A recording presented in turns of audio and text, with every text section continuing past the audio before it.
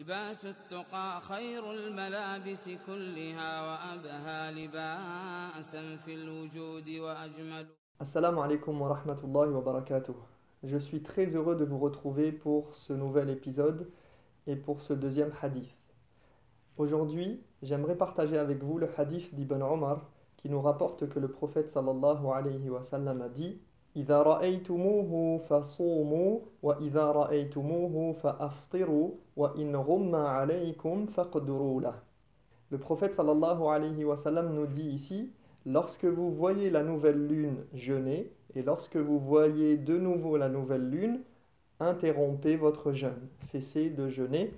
Et si jamais quelque chose vient obstruer votre vision et que vous n'avez pas la possibilité d'observer le ciel, eh bien, donnez au mois sa valeur ou complétez le mois de Charban à 30 jours, ou bien selon une deuxième compréhension, réduisez le mois de Charban à 29 jours.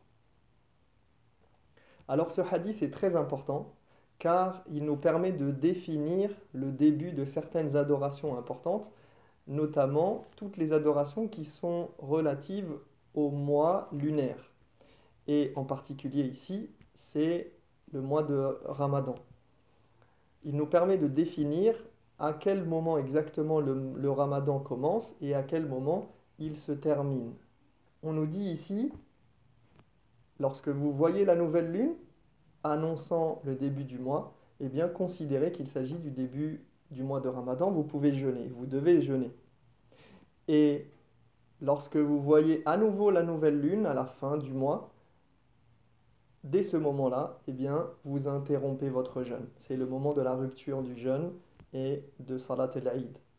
Mais on nous dit qu'il y a des fois, il y a des situations où vous allez avoir une impossibilité d'observer le ciel et vous ne pourrez pas voir cette nouvelle lune. Comment allez-vous faire?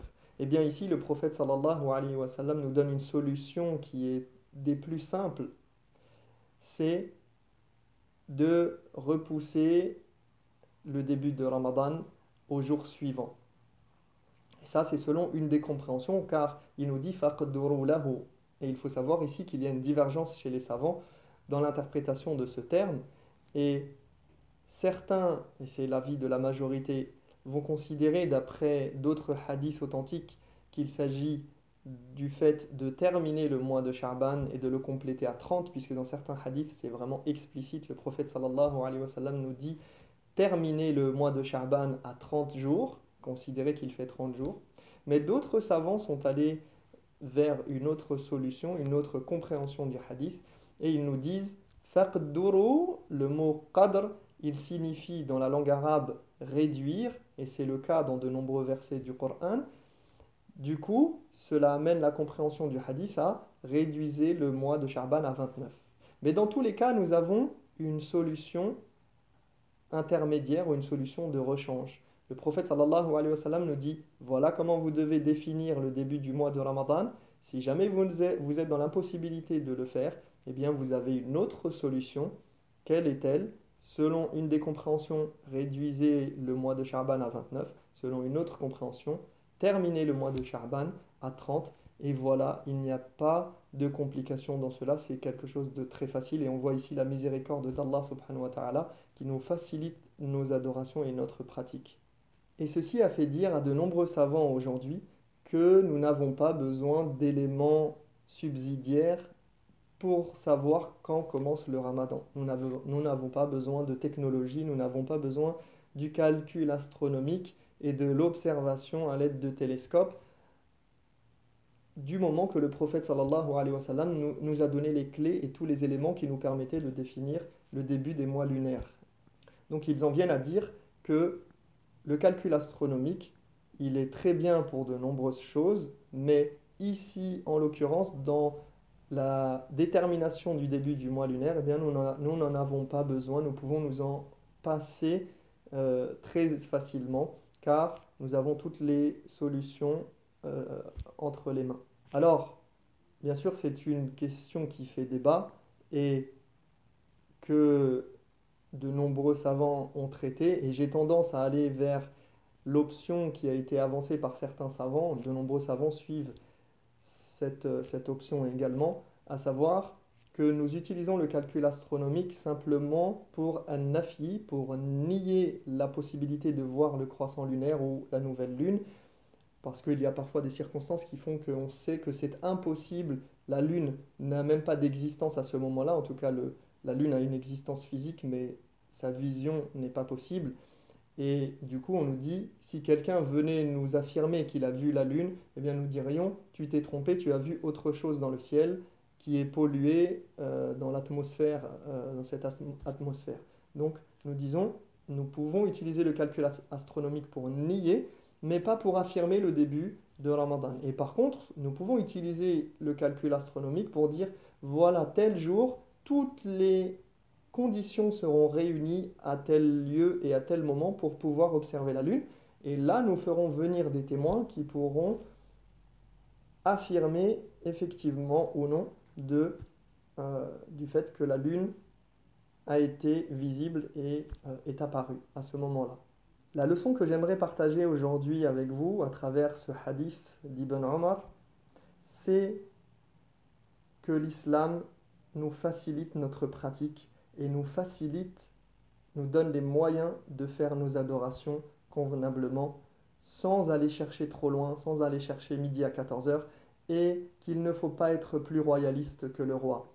Allah subhanahu wa ta'ala nous a donné des éléments tangibles qui nous permettent de pratiquer, qui nous permettent de faire nos adorations comme il se doit et de l'adorer comme il le veut et comme il le souhaite. Et on ne nous demande pas d'aller chercher plus loin et de nous compliquer la vie. Et ces éléments tangibles, eh bien, tout un chacun, avec un minimum d'expérience et d'apprentissage, est capable de les identifier. Ce qui fait que le bédouin du désert, eh bien, on ne lui demande pas d'aller chercher, et d'ailleurs c'est un des arguments qui va en faveur de ce que je disais tout à l'heure concernant le calcul astronomique, eh bien, c'est que le bédouin du désert ou le paysan qui est loin dans son champ, il n'a pas besoin d'apprendre le calcul astronomique pour pouvoir déterminer le ramadan, le début du ramadan ou le début des mois lunaires. Non, il suffit d'une expérience de l'environnement et d'être capable d'observer les étoiles et qu'il n'y ait pas de choses qui obstruent. Et dans ce cas, eh bien, la personne, elle sera capable de faire ses adorations. Il en est de même pour le début de l'heure de la prière dans la journée, etc. Nous n'avons pas besoin, bien sûr, certaines technologies peuvent nous faciliter les choses, mais malheureusement, il y a un revers de la médaille avec la technologie qui fait que nous sommes devenus des gens qui sommes plus royalistes que le roi, trop pointilleux parfois, et ceci nous rentre dans des divergences d'opinion, dans des conflits avec nous-mêmes et dans des difficultés pour pouvoir adorer Allah subhanahu wa ta'ala et faire nos adorations convenablement. Donc le bédouin dans le désert, il n'a pas besoin d'un télescope ou d'un outil pour savoir déterminer le début des mois lunaires. Alors voilà la leçon d'aujourd'hui. Le prophète sallallahu alayhi wa sallam nous dit, voilà comment faire, voilà la marche à suivre, et si vous êtes dans l'impossibilité d'opérer de cette manière, eh bien dans ce cas, on vous donne un plan B, on vous donne une solution de rechange. Vous ne pouvez pas faire vos ablutions, vous avez la possibilité de faire tayammum.